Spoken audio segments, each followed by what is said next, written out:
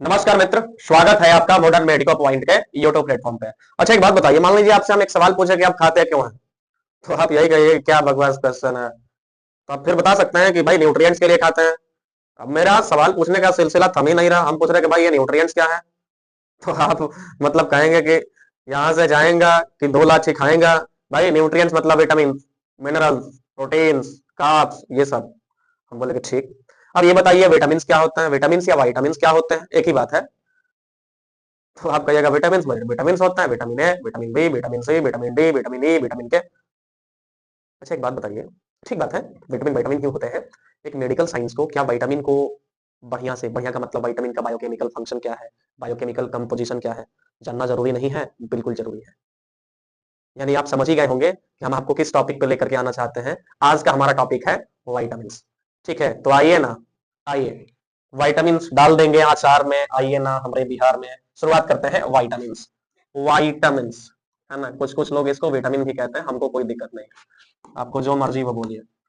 Vitamin, ठीक है। एक बात बताइए, अगर हम, आप क्या ही बताएंगे, हम सुनिए हम बता रहे हैं। देखो वाइटामिन को अगर हम डिफाइन करना चाहें तो कह सकते हैं कि वाइटामिन ऑर्गेनिक कंपाउंड है। ऑर्गेनिक कंपाउंड का मतलब कार्बन से बना हुआ कंपाउंड है, जो हमारी बॉडी के लिए काफी जरूरी है और हमारी बॉडी में कई तरह के फंक्शंस करता है या करने में रिस्पॉन्सिबल है, हेल्प करता है। जैसे इम्यूनिटी डेवलपमेंट करता है, सेल का ग्रोथ और रीजनरेशन, डिफरेंशिएशन। डायरेक्ट करता नहीं है, करने में रोल प्ले करता है, ठीक है। इसके बाद एनर्जी प्रोडक्शन में रोल प्ले करता है। तो ये बातें है विटामिन के साथ, है ना। यानी हम कह सकते हैं, यहां पे लिख सकते हैं कि vitamins are, vitamins vitamins are essential organic compounds या ऑर्गेनिक कंपाउंड्स, ऑर्गेनिक कंपाउंड्स लिख करके सीधा होंगे तो फिर से बोलेंगे compounds. vitamins are organic compounds which are which which are essential for essential for for various functions in the body, in the in the body। ठीक बात है। एग्जाम्पल, एग्जाम्पल क्या क्या, हिंदी में समझा ही तो रहे हैं, रुकिए ना, कहाँ है घबराते हैं जी। Example like energy production, energy production, इसके बाद cell growth, cell growth and differentiation. Differentiation का मतलब सेल डिवीजन, और क्या, डिफरेंशिएशन। आगे बता रहे हैं, घबराइए मत, है ना। Immunity system development, immunity system development, development, immunity system development, etcetera. तीन चार लिख दिए ना, है कि नहीं, ये सब काम डेवलपमेंट एटसेट्रा। वाइटामिन का डायरेक्ट नहीं होता, मतलब ऐसा नहीं कि केवल विटामिन आपकी बॉडी में कूट कूट के भरे हुए हैं तो सब हो जाएगा। बहुत सारी चीजें हैं जो रिस्पॉन्सिबल होती हैं। जब एकदम स्पेसिफिक विटामिन बताएंगे ना, अलग अलग विटामिन, तो इसके बारे में हम बायोकेमिकल कंपोजिशन, बायोकेमिकल फंक्शन की चर्चा तो करेंगे ही, वो तो करना ही है। ये बात क्लियर हो गई, ठीक है। अब देखिए हम इसमें लिखे क्या है, लिखे ये है कि vitamin are organic compounds that are essential for various body function. Various body function का मतलब बॉडी में होने वाले कई तरह के फंक्शंस के लिए ये रिस्पॉन्सिबल है। और एक आध एग्जांपल मैंने दे रखा है, जैसे बॉडी में एनर्जी का प्रोडक्शन।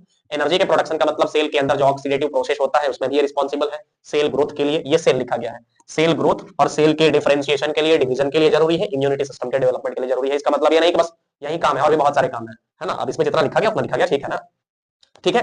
अब थोड़ा सा हम सीक्वेंस ऑफ विटामिन पे आते हैं। किस पे, सीक्वेंस ऑफ विटामिन पे।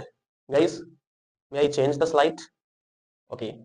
देखो sequence of vitamin, sequence, sequence आए है, ओए होए ये गलत क्यों चेंज हो रहा है। Sequence, just wait for why guys, sequence of vitamin, sequence, बता रहे हैं सीक्वेंस का मतलब ऑफ विटामिन। मतलब ये पहले लिख लेने दीजिए फिर समझाते हैं विटामिन।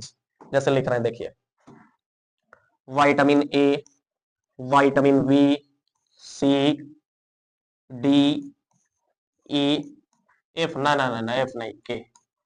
एक बात समझ लीजिए, ठीक है, एक बात समझ लीजिए, बात यह है कि अभी तक अलग अलग जब आप बायोकेमिस्ट्री की बुक पढ़िएगा, जैसे सत्यनारायण की आती है और भी बहुत सारी आती है, तो किसी किसी में कहता है कि 16 वाइटामिन है, किसी में कहता है 17 वाइटामिन है, किसी में है कि 18 वाइटामिन है।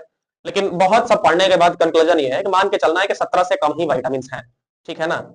यानी कि लिख सकते हैं कि यहाँ पे एक की पॉइंट ये है कि there are total total 15 to 16 vitamins, 15 to 16 vitamins discovered till now, यानी अभी तक डिस्कवर्ड डिस्कवर्ड टिल नाउ कहां लिखे जी, बताइए ना। टिल नाउ, ठीक है ना? मतलब ये टिल है, टिल टिल टिल, समझ रहे हैं ना? ठीक है, अभी तक जितने वाइटामिन खोजे गए हैं उनकी संख्या 15 से 16 है। अब ये सीक्वेंस है ए बी सी डी ई के। आप पूछिए कि सीक्वेंस मतलब क्या, सीक्वेंस मतलब क्या, कौची? देखो भाई, जिस तरह से विटामिन की खोज हुई उसी तरह से इसका नाम रखा गया। मतलब यह है कि विटामिन की खोज के पीछे नहीं, खोज डिस्कवरी और उसके बाद नाम रखने के पीछे कोई बहुत बड़ा लॉजिक नहीं है। जो विटामिन खोजा मतलब पहला विटामिन मिला, है ना, तो उसको ए बोल दिया गया, फिर तब तक दूसरा मिल गया, तो भाई इसको क्या बोला जाए, बी बोल दो ना भाई, फिर तीसरा मिल गया, सी बोल दिया, चौथा मिल गया, डी बोल दिया। अब सवाल ये है कि आप कहेंगे कि अच्छा इस तरह से है तो फिर ये वाटर सॉल्युबल क्या है, क्यों है, ये फैट सॉल्युबल क्या है, क्यों है? अरे भाई वो बाद में बताएंगे, ठीक है, घबराइए मत। केवल इतना है कि जिस तरह से विटामिन की खोज हुई उसी तरह से नाम रख दिया गया। अब बोलिएगा अच्छा अगर ये है तो फिर ई के बाद एफ आता है, ई के बाद एफ आता है यहाँ पे, तो एफ क्यों नहीं रखा गया, सीधे क्यों क्यों रखा गया, इसके पीछे का रीजन नहीं बताता है। यानी कि जब 5 विटामिन की खोज हो गई थी, 5 का मतलब ए बी सी डी ई की डिस्कवरी हो गई थी, उसके बाद जो अगला विटामिन मिला तो सबसे पहले उसका नाम एफ ही रखा गया था। क्या रखा गया था? ई के बाद आने वाले विटामिन का नाम एफ ही रखा गया था। फिर ये देखा गया कि ये जो ई के बाद आने वाला विटामिन है, ये ब्लड के कोगुलेशन में बहुत बड़ा रोल प्ले करता है जी, है ना? ब्लड कोगुलेशन में, कोगुलेशन का मतलब COGULATION, और कोगुलेशन को जर्मन में के से लिखते हैं, KOGULATION। अब इसकी डिस्कवरी की हिस्ट्री बताएंगे तो उस समय बताएंगे आपको। तो एफ ना रख करके, सी भी नहीं रख करके के रख दिया गया, के रखा गया। ठीक है ना? क्या किया गया? के रखा गया, मेहनत की गई और फिर सफलता का स्वाद चखा गया। ई के बाद मिलने वाले विटामिन का नाम के रखा गया। ठीक है, तो ये के रख दिया गया। ठीक है, अब आपको थोड़ा आराम से चीजों को समझाते हैं और बताते हैं, इसको मिटा देते हैं। ठीक है ना? आइए ना थोड़ा अब इसके बारे में डिटेल में जानते हैं। ठीक है ना? देखिए, ए हो गया, बी हो गया, और ए हो गया, बी सी डी ई और के, एफ नहीं है। अब साइंटिस्ट लोगों ने ये देखा कि ये जो बी है ना, बी, ये अकेले का विटामिन नहीं है। स्ट्रक्चर वाइज बी अपने कई सारे मेंबर के रूप में मिलता है। इसका मतलब यह है कि है तो बी, लेकिन स्ट्रक्चरली केमिकल कंपोजिशन जो इसका है वो थोड़ा थोड़ा सा डिफरेंट है। आगे बताएंगे, पहले आप ये समझ जाइए, ये समझिए ना, ये विटामिन जो बी है ना, पहले लिखने दीजिए हमको, उसके बाद बताएंगे कि कौन कौन नहीं होता है और क्यों नहीं होता। ठीक है ना?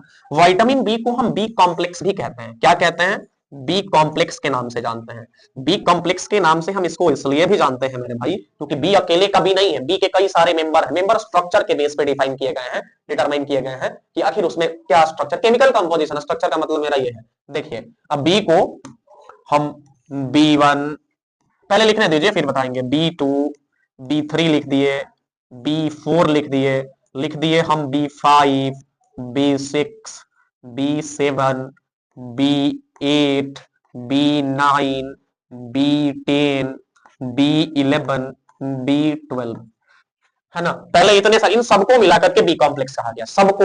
अभी रुकिए, सबको मिलाकर के बी कॉम्प्लेक्स कहा गया। बाद में ये देखा गया कि कुछ कुछ इसमें ऐसे हैं जिनका स्ट्रक्चर इन्हीं सब में से किसी ना किसी से मैच कर रहा है, रिजेंबल कर रहा है। यानी कि जैसे देखिए एग्जांपल समझिए, B4, B12 हो गया, इधर B10 11 हो गया, B8 हो गया। ये सब पहले तो कहे गए थे, लेकिन बाद में देखा कि यार इनका स्ट्रक्चर कोई खास तरह से अलग नहीं हो रहा है, इन्हीं में से किसी ना किसी के जैसा है। तो ये बहुत बड़ी नाइंसाफी ना होगी कि अब सबको रखिए, उनको भी अलग ग्रुप बना दीजिए। इन्हीं में से इनको रख दिया गया and later on they were removed, इनको अलग ग्रुप से हटा दिया गया, इसी में रख दिया गया। अब एक चीज और समझिए, यही नहीं और समझिए, इसके बाद 3 और इसमें आते हैं, हालांकि वो B1 B2 करके तो नहीं आते, लेकिन वो जो है उनका, जैसे कि एक है पाबा, बी कॉम्प्लेक्स के ही अंदर आता है। ठीक है ना? पाबा क्या बोलते हैं इसको? पारा एमाइनो बेंजोइक एसिड। देखिए उसको मैंने बड़ा कर रखा है, ठीक है ना, इस चीज को समझिएगा। पारा एमाइनो बेंजोइक एसिड, इसका नाम क्या है? पारा एमाइनो बेंजोइक एसिड। पारा एमाइनो बेंजोइक बेंजोइक एसिड। एक है जिसको हम आयनोजिटॉल कहते हैं, है ना, इसी में आता है, मतलब बी कॉम्प्लेक्स का ही मेंबर है ये भी, आयनोजिटॉल। और एक है उसका नाम कोलाइन है। ये तीनों आते हैं, कोलाइन। अब हमें यह जानना है कि विटामिन की इस पूरी दुनिया को, ठीक है ना, कितने कैटेगरी में क्लासिफाई किया गया है। तो आइए हम इस पे आते हैं, यानी अगला हमारा टॉपिक होने वाला है जो आप नहीं अभी कब से, मतलब लोग कहते हैं फैट सॉल्युबल, वाटर सॉल्युबल, उस पे, यानी classification of vitamin on the basis of solubility. ठीक है, तो अब हमारा टॉपिक ये है, आते हैं भाई टॉपिक पे। ठीक है, classification of vitamin on the basis of, classification of vitamin.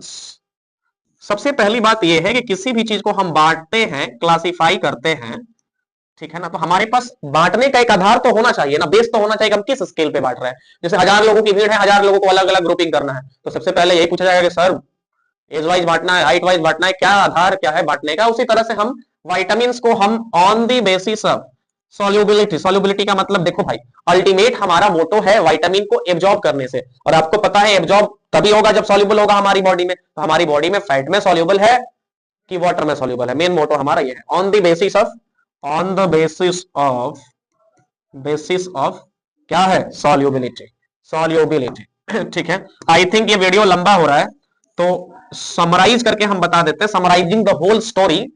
अरे भाई पहले लिख लेना इसको, सॉल्युबिलिटी। ठीक है, समझा देते हैं आपको, अगले वीडियो में बता देंगे। एक है वाटर सॉल्युबल, वाटर सॉल्युबल जिसमें मेरे भाई बी एंड सी आता है, और फैट सॉल्युबल में ए, फैट सॉल्युबल में ए, डी, ई और के आता है। इसको याद रखने का तरीका यह है कि तुम कुछ भी बोलती हो तो हो जाता है हेडेक, और फैट सॉल्युबल विटामिन कहलाते हैं हेडेक। ठीक है ना, बताएंगे आगे। I think summarising the whole story of vitamins, there are total 15 or 16 vitamins discovered till now, and on the basis of solubility vitamins have been classified into how many groups? Into fat soluble and water soluble. In the group of water soluble, vitamin B, means B complex, and C are categorized, and in the group of, in the category of fat soluble, A, D, E and K lie। ठीक है, अब इतना ही जानते हैं। ठीक है, तो मेरे ख्याल से आपको जो हम बताए हैं समझ में आया होगा। अगर वीडियो इन्फॉर्मेटिव लग रहा है, समझ में आ रहा है, तो हमारे चैनल को सब्सक्राइब करें, बेल आइकन को दबाएं। इस वीडियो में इतना ही, धन्यवाद।